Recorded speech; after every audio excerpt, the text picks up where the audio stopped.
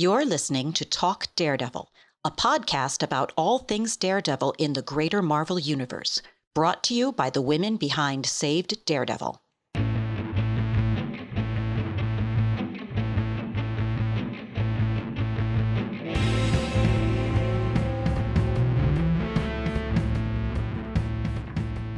This is Talk Daredevil, the Daredevil podcast about everything Daredevil in the Marvel Universe, run by the ladies behind Saved Daredevil. We are back with a part 2 episode of something that we did a few weeks ago, what we know and don't know about Daredevil Born Again. I'm Phyllis, and today I am joined by Shelby.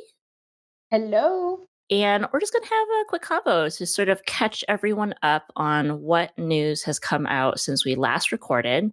A lot has happened because production has continued since we initially recorded our part 1 episode. But some other kind of interesting developments have occurred generally for the TV industry. And I think we're going to start talking about that. And that is the WGA strike. Phyllis, what is the WGA strike?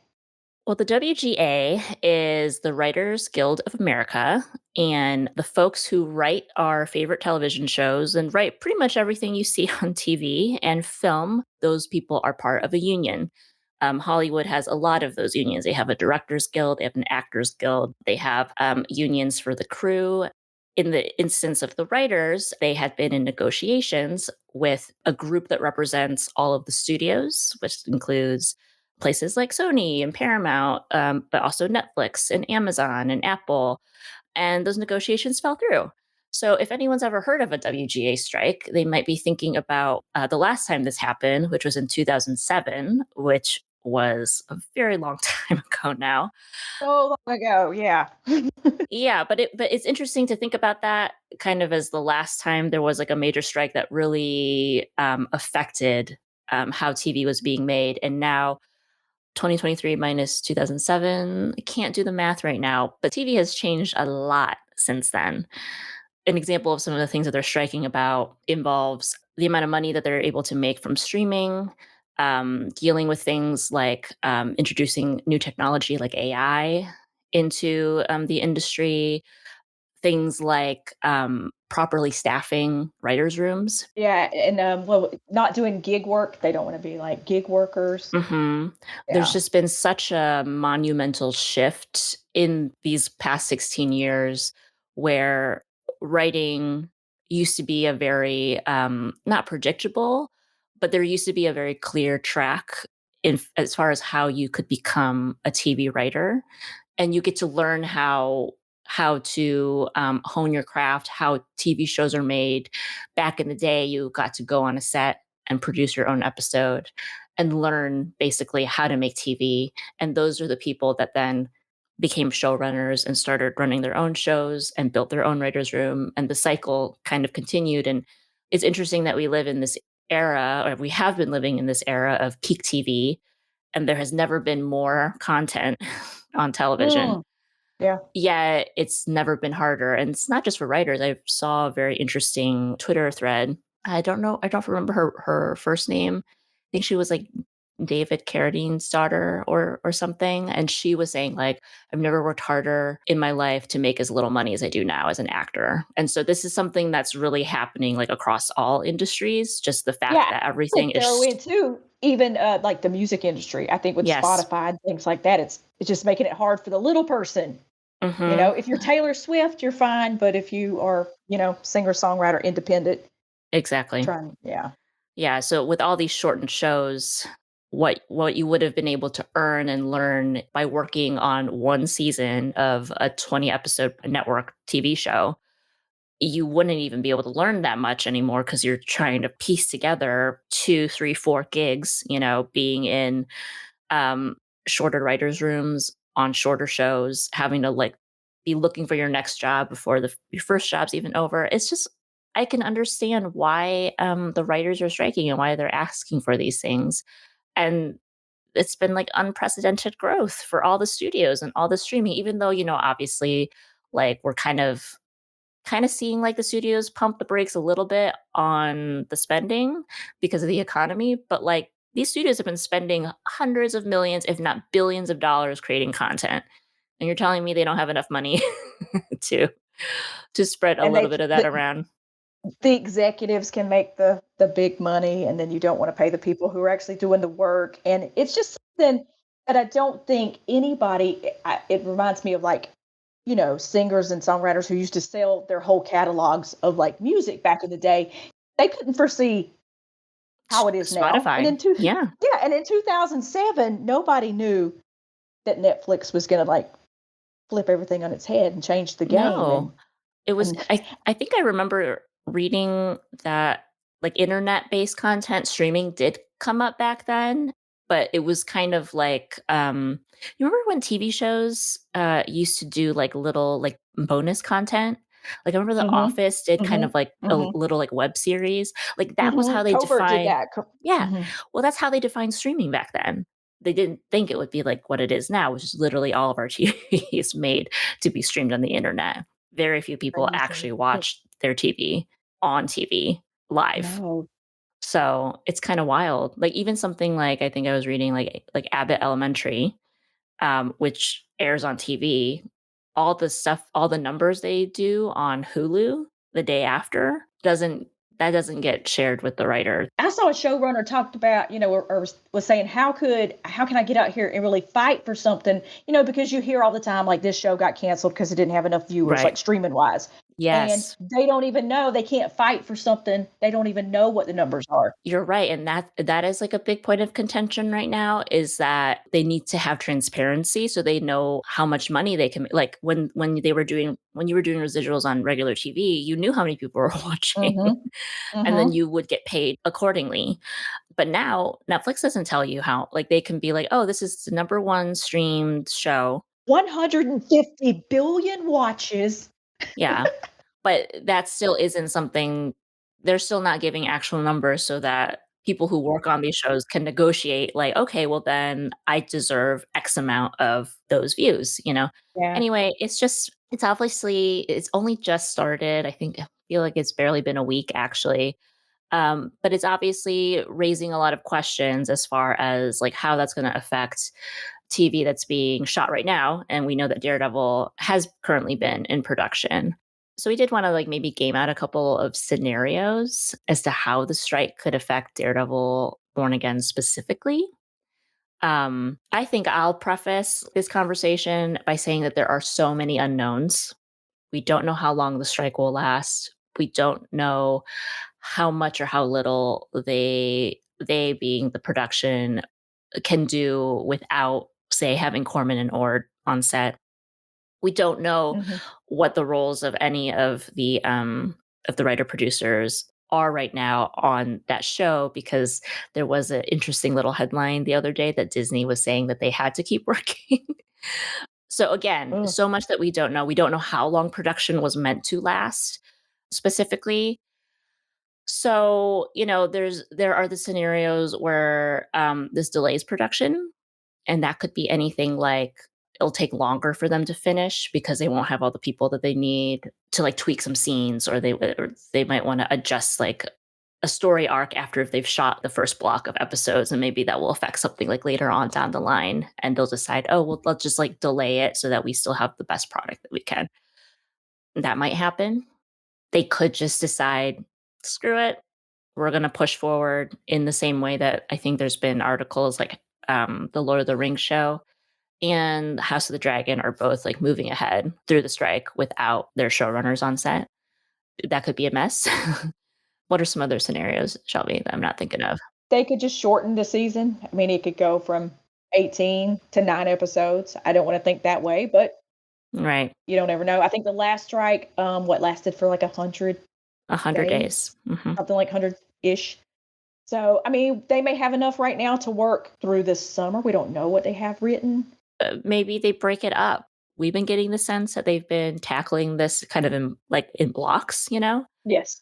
Maybe they can just be like, "Well, look, we have 9 episodes that we're feeling really good about, and maybe we just need to, like, delay the second half." to later once this all gets sorted out. You know what? Best case, don't read any of this because if you go to reading, it could send you down a rabbit hole. I read something from the Paramount head the other day that was like, Mm, we have enough content in the can to, like, don't read that. It could yeah. be over next week. Let's just hope for the best and hope that these people who write these worlds for us that we can escape from, these are my heroes, Hmm. that we give them the world or at least give them what they asked for. I mean, they deserve Yeah. that. I think so too. I think in a way it's encouraging that it's quite unanimous across all the writers. Like they want to be striking, they want to be making the stand. It's also been encouraging to see how much support they've been getting from the other guilds. I've seen a lot of actors like joining in the picket line. I've seen a lot of folks that work below the line like posting their support. And I think I recently read that there was a meeting for the WGA with a bunch of the membership to kind of give them an update on like why negotiations fell through and what was going on. And from what I read, there were representatives from all the other guilds there. So this is really like only the beginning. If the studios can't figure it out with the Writers Guild, they have quite a few more headaches coming because then Yeah. SAG, DGA, there's a lot of other guilds that are Hmm. going to be making Hmm. the same arguments because everyone has been similarly screwed in a way by the rules not really matching up with the reality of what it means to be working in the industry right now. So Yeah. the best case scenario, and it's in the best interest of like all these studios to get this sorted out now so that you really don't have a prolonged like actual shutting down of Hollywood. Nobody wants that. There's too much money involved. Nobody wants that. Even if you're like, yeah, sure, we banked a lot of content. Okay, but for how long?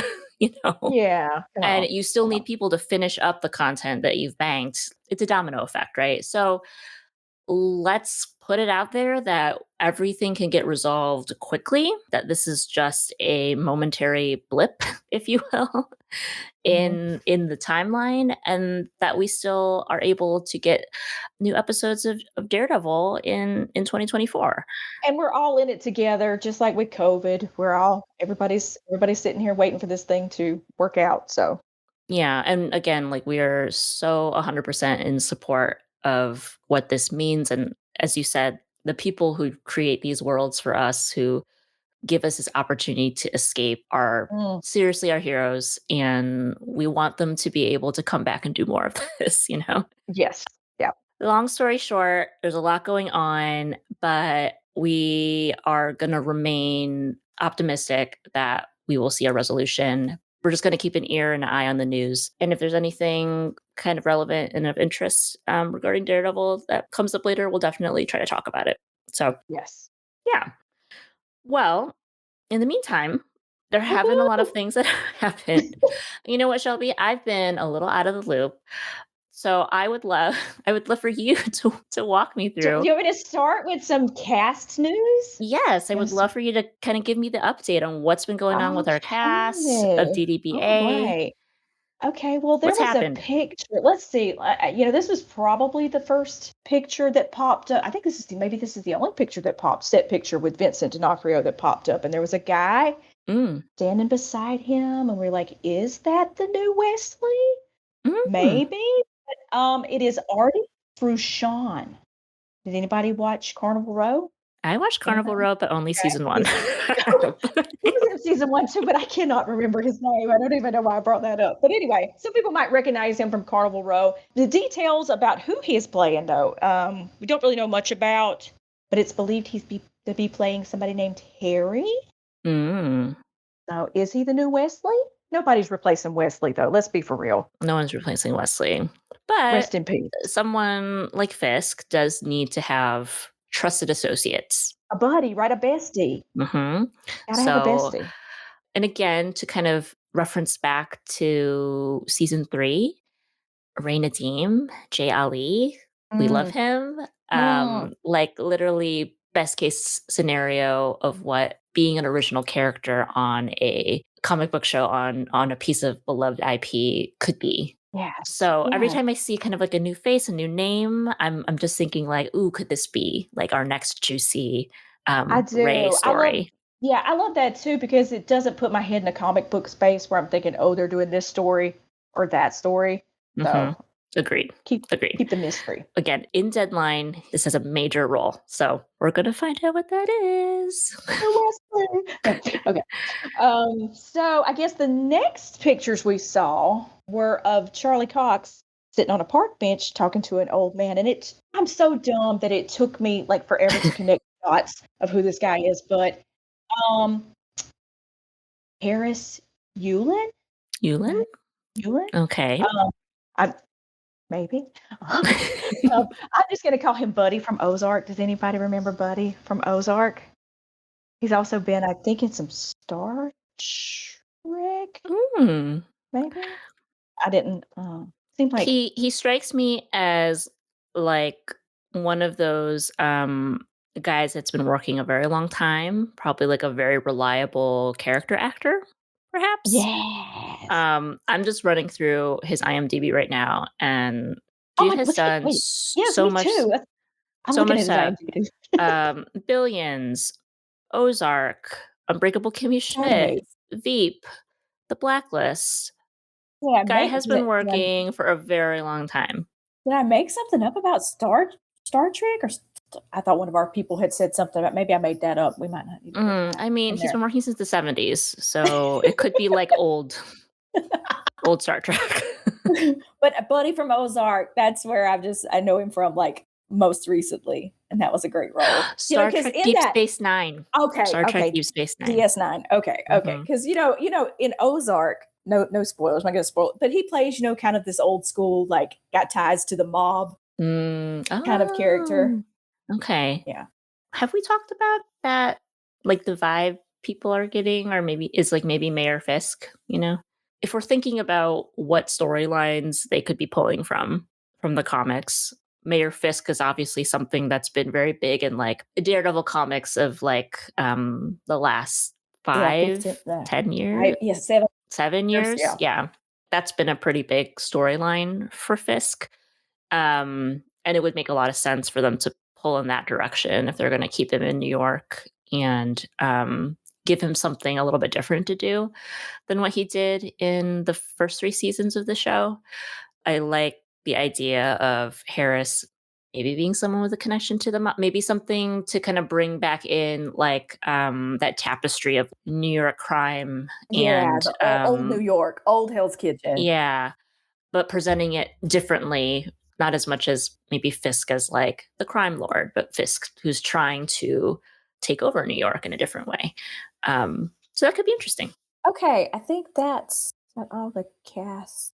Those are the main 2, and then we've just gotten a lot of nice little quotes from people that are involved, in Yeah, the we can talk show. about those. We can talk about those a little bit. You want me to read Michael Gandolfini's quote? Because we still don't know who he is playing. We We don't still have don't any know, but there idea. were some interesting set photos that looked period, that looked like they were from maybe, like, the '60s, maybe the Yeah, 70s, '70s. 60s, 70s. Yeah, I But cannot quite recall if we landed on anything there. he's been schooled well by Marvel. He's been schooled well because he says, "I believe all I could say about my character is that my character is from Staten Island, and that's about it." So, That's about it. Phyllis, I wanted to ask you, though, how exciting is Staten Island? That's some great rep for Staten Island. You know, like and I was, like, trying to Google, like, is there some character that I'm supposed to Mm, know that their right, from Staten background is Island. Staten Island? I didn't But find you know anything, what? Maybe they're gonna pop up and they're gonna shoot there because they've been shooting, like, as of, like, a few weeks ago, they were, like, really on the streets of New York, which, again, we brought this up in the first episode, that we did of this, but it's, like, so cool to see them back in New York, like, Mhm. around in and around and on the streets. It's great. It just feels so much like original Daredevil, and it just makes so much sense for them to be, like, capturing the city, while they're shooting the show. As much as I would like to brag that, "Oh, they're in Georgia, they're in Atlanta," it just wouldn't feel the same. No, so Yeah, and there is this sense of, like, so many shows and movies now, it's like it's fake LA, it's fake New York, and it has that kind of, like, a slight sheen of fakeness to it because they can't really go to specific places. It has to yeah, just be, like, kind of a nondescript, generic looking like building set. and street. Yeah, so I love that, like, when we watch the show, we're probably gonna be able to pick out exactly where they are in the city. And again, I think this is another one of those exciting things where what we don't know is the Mhm. exciting part, because he could be playing anybody. He could be playing Baby Fisk. Sure, he could be playing Baby Fisk, like, Baby Fisk for real, like son. Mhm, Um, mm. you know, So many different versions of the kind of Fisk that or he could be what playing, else if did he's somebody even throw? playing that at all. He might not Yeah, even somebody be. else threw out like Leland Owsley's son, like he could be like the baby Mm. owl. He could Mhm. be Stilt Man. I mean, Anything. who knows? Yeah. So that's fun. We also did get a few public comments from Ayelet Zurer, who, as everyone knows, was our queen, our Vanessa, in the original seasons of Daredevil. And we discussed in the last episode that the role of Vanessa Fisk could be played by Sandrine Holt instead. And I think at the time we were kind of thinking there might have been a scheduling conflict. I think what happened was that her new show did get picked up for another season and then it got canceled. So it kind of sucks that that's how it all shook out. But Mhm. there was an article where she was saying that, she was sad to not take part of the show, but she would always be Kingpin's biggest fan, and she'd be celebrating the new show as well. So it's nice to see like some positive comments from her, even though obviously she must totally be sad to not be a part of it. But it's good to see that she's still supporting I it. do. Just this sort of goes back to what we were talking to at the beginning. I do hate that that seems to be a thing now of shows getting picked up and then them going, you know what, nope, or Just even fully kidding. made. Just they make the show and then say, nope, it hurts my heart. There's a reason why there's a strike going on right Hurts now. my heart so TV much. has it's been a little wild lately. Never used to be like this. If you got picked up, you were picked up. You didn't get canceled after making a whole season of shows. But No, they might cancel you after like 6 episodes or something, but they would at least try. yeah, anyway, so that's a bummer. But But that is what it sounds like. It doesn't sound like she didn't get asked. It sounds like she exactly. It just didn't work out with the timing. That's right. yeah. And our king, he made Vincent like D'Onofrio. He's been so excited about Daredevil Born Again. He's been such a wonderful hype man online. It's always so nice to go online and see that he's like saying another lovely thing about the show. yeah, he could and then he like this seems like so long ago when he made these comments in Newsweek talking about the Mm, 2nd season, and we're all like, "Wait, what?" Because his quote is, "And by the 2nd season, there are gigantic, gigantic payoffs." In the 1st season too, but I can't say much about that.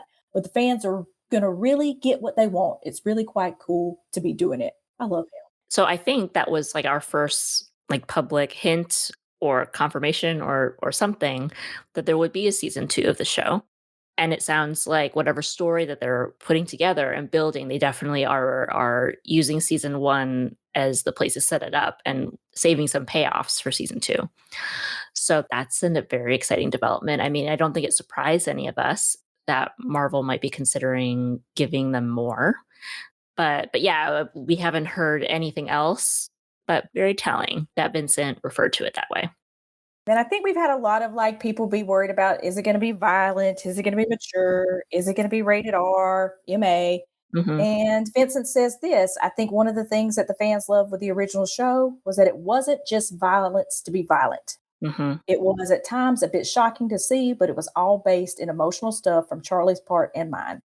These are 2 very emotional characters caught up in this life of theirs, so we'll answer all of that for the fans." So it sounds like, Phyllis, that we're gonna get wrecked inside and out. That's what it sounds like. I'm here for it, Shelby. I'm here to get a little Sign me wrecked. up like 3 times over, whatever Disney, sign me up for like 4 years. I'm definitely a sucker for story-based emotional wreckage. Like, if we're paid you can wreck me and it's funny because I am actually someone who, don't really like violence, like, on TV and movies. Like, I just get it kind of makes me, like, physically uncomfortable, and it's, like, hard to watch. But if there's a reason for it, if it's grounded in something, and I know for sure, like, Daredevil always did this so well. As Vincent said, it was never like violence for violence sake. There was always a reason for it, whether it was a story reason or a character building reason, or it was touching on like an emotional beat. You know, clearly it sounds like they're going to continue that here. And then really that was like, that's the only way I can process it. I can deal with it. And I'm excited to see like how they're going to do that in the new show. I mean, there are so many different ways that they could wreck us, Shelby. I know. We'll get into a little bit of the rumor mill later on, and we can touch back on that. But yeah, it's so much. Vincent also shared a lovely tweet.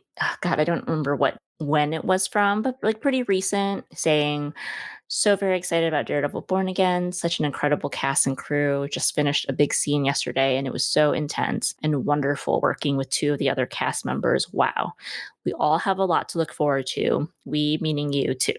Isn't he the best? He really is the best. I'm just grateful that he's on social media because otherwise, like, we wouldn't be hearing a lot of this stuff, you know? So it's nice that No. he's there and he's kind of like repping the fandom in a way and making sure to like share these little like nice moments of excitement with us too, because it definitely gets us Yeah. hyped. Yeah. It sounds like they really are like taking in every second of what they're doing, and it's Absolutely. They definitely don't take this for granted. You hear that really every time him or Charlie talk about it. And I think that's gonna be, like, the main feeling we get from them throughout the entire, like, production time of the show, and I'm really excited to see how they do, when they start doing press for it. I'm sure they're gonna have, like, oh my amazing god. Can stories and you things to share. imagine when like the first little like teaser, it's gonna be like 45 seconds and it'll be like blip, blip, blip, and it'll And be we're gonna all die. out of context, and Uh-huh. then I die, like right there, just Yep, oh. that's gonna be us. Oh my god, okay. Okay, I know that's a ways off, but still well, maybe not too far. Maybe San Diego Comic-Con, maybe a little teaser. That would be the best time. Disney. Come on, Kevin. Okay. So we also had, a couple of updates on the production front.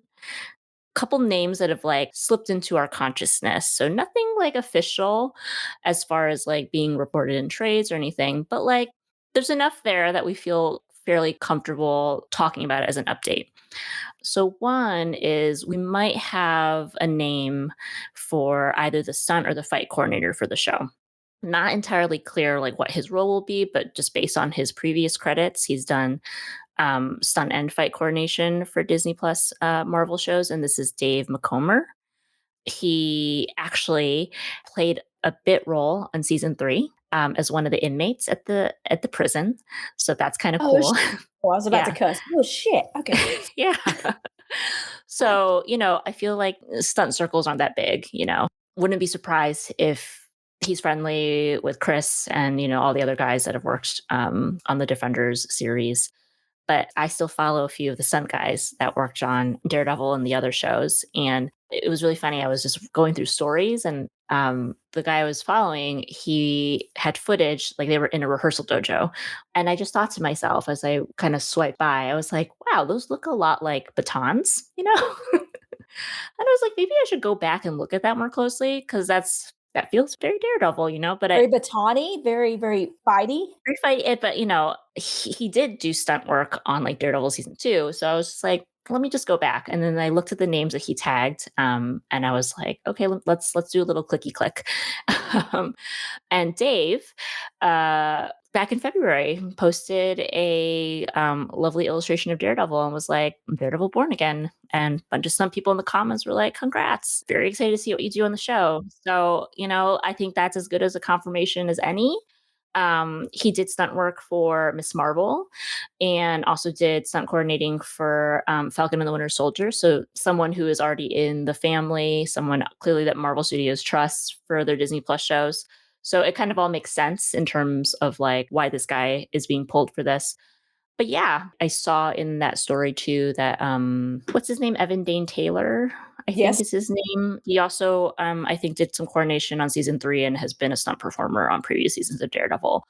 So it's just kind of nice to see some familiar stunt names attached to Daredevil Born Again. It's funny too because if you follow the stunt guys, you're more likely to get more like slips of what's going on from stunt people because I think that's how people found out that Bullseye was in Daredevil season 3 because of the stunt hats with the little, Yes, it had yeah. yeah, it had the joint like logo that they made. Yeah, so the stunt people they be slick, but not slick. Like they be letting you know. The fans are very observant these days, so it's hard for those things to be missed now. Yeah. Because everyone's so online and everyone's kind of like trying to dissect.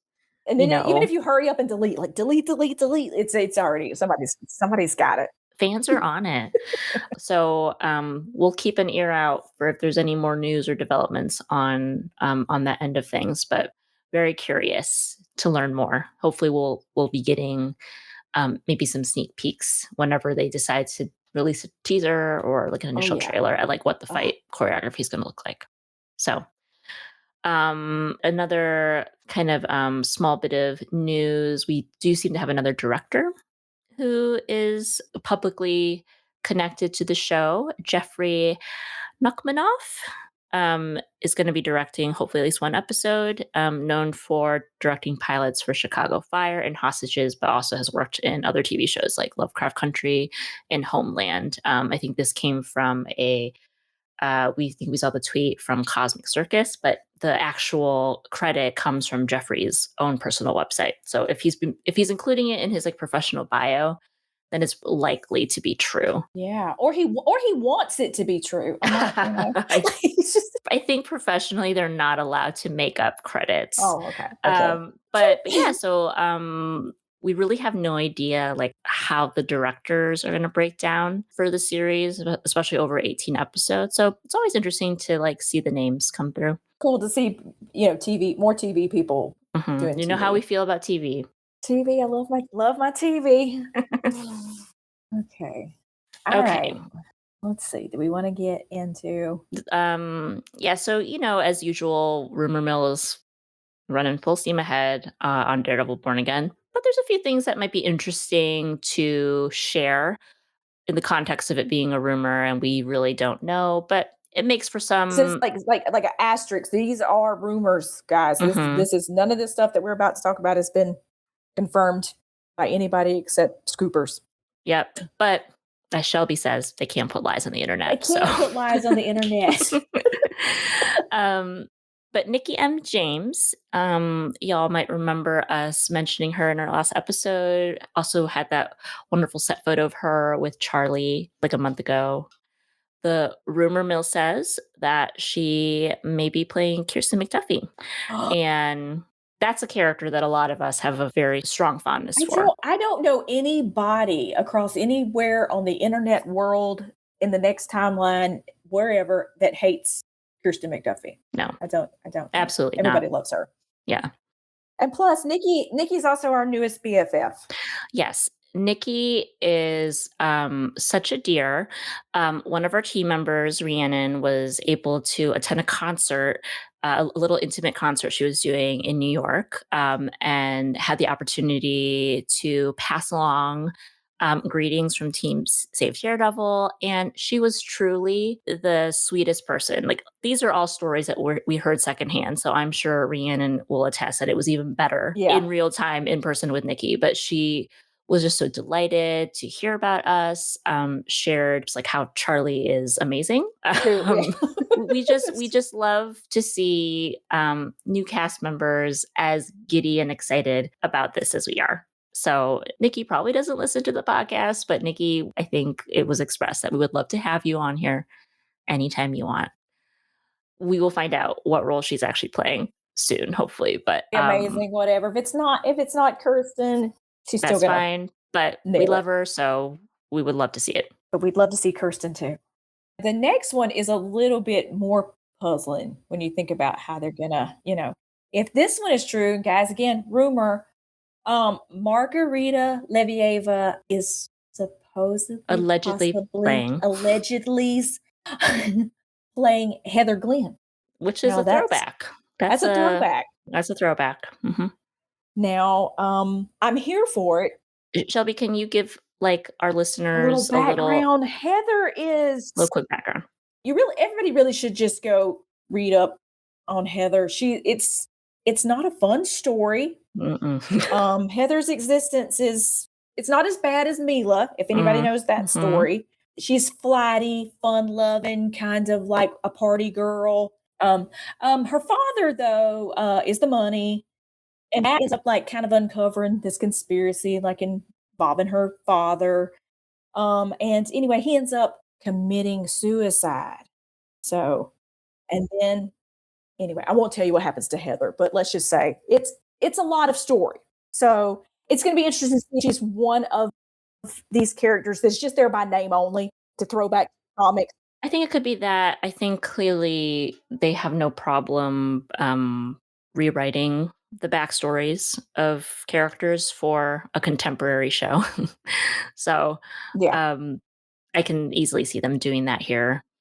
Maybe just pulling her in because she was one of Matt's exes back in the Right, I day. was really hoping that that she could be, from Zdarsky's run, like, I was like, "Is she gonna be Mindy, the bookstore owner?" So, I mean, I don't know, she may Oh, end up being sort of yeah. a combination of some of these people, so we'll see. Still exciting. Yeah. Well, again, rumor. We really don't know.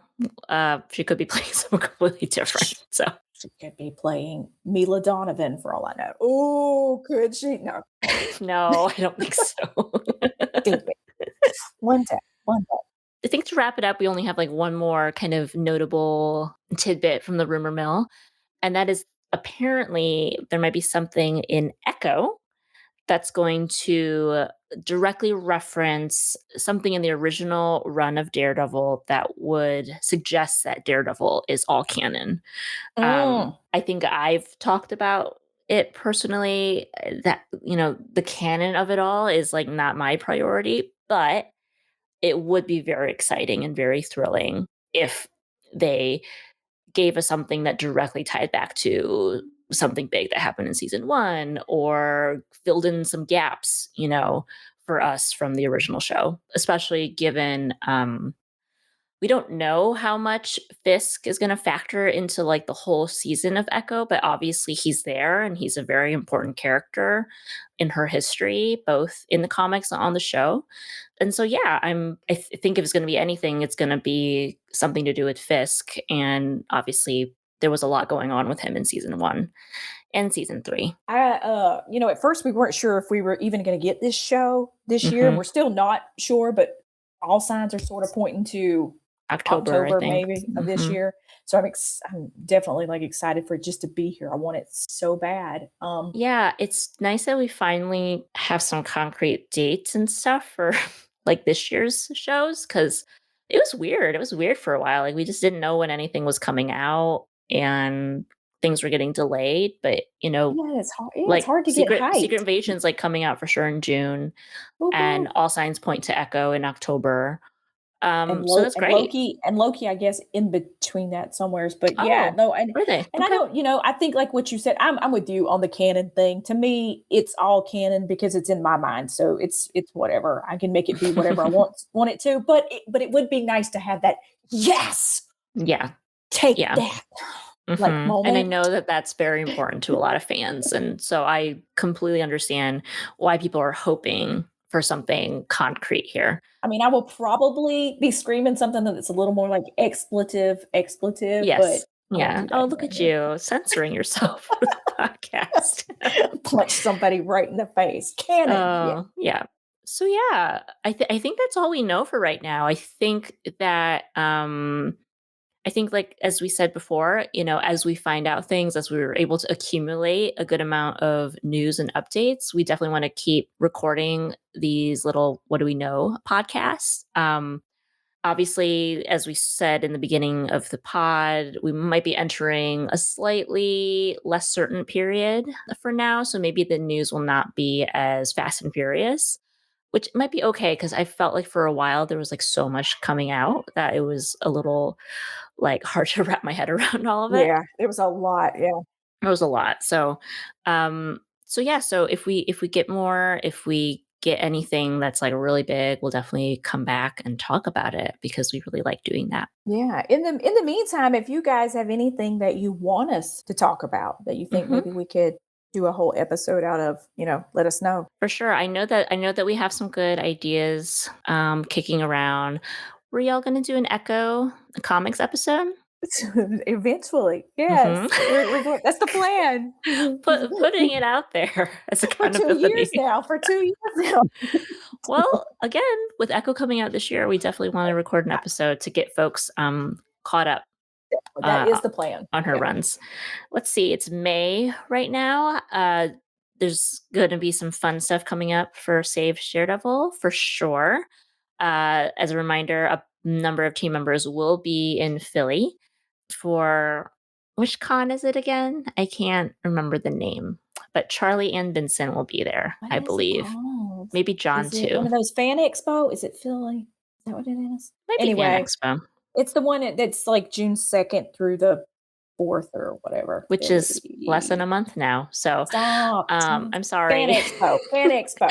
Fan Thank Expo you. Philadelphia. Fan Expo Philadelphia. So if you are attending, we would love to meet you, give you a little bit of swag. After June, we will be present at San Diego Comic Con, which is, I believe, July 20th That's going to be a party. through that Sunday. So it's going to be a real party, really there to have fun, hang out, hopefully get some updates on Daredevil Born Again. So definitely be looking out for us there because we're going to be there as a whole pack. we'll be very hard to miss. It's going to be wild. So yeah. Otherwise, continue following us on social. We are at Saved Daredevil on Twitter and TikTok, and Save Daredevil everywhere else. We're going to continue to try to keep our main channels updated with the really relevant bits of news. So you don't have to necessarily wait for us to podcast to get your fix. And yeah, I think that's about it for us today. I think that's it. This was fun, Phyllis. Yeah, this was fun. It was nice having a little one-on-one conversation. That's always a good time. Bye. Thank you all. Bye, guys. Thank you for listening to Talk Daredevil. For more information about Saved Daredevil, including links to our socials, please visit us at savedaredevil.com. Remember, Murdochs always get back up.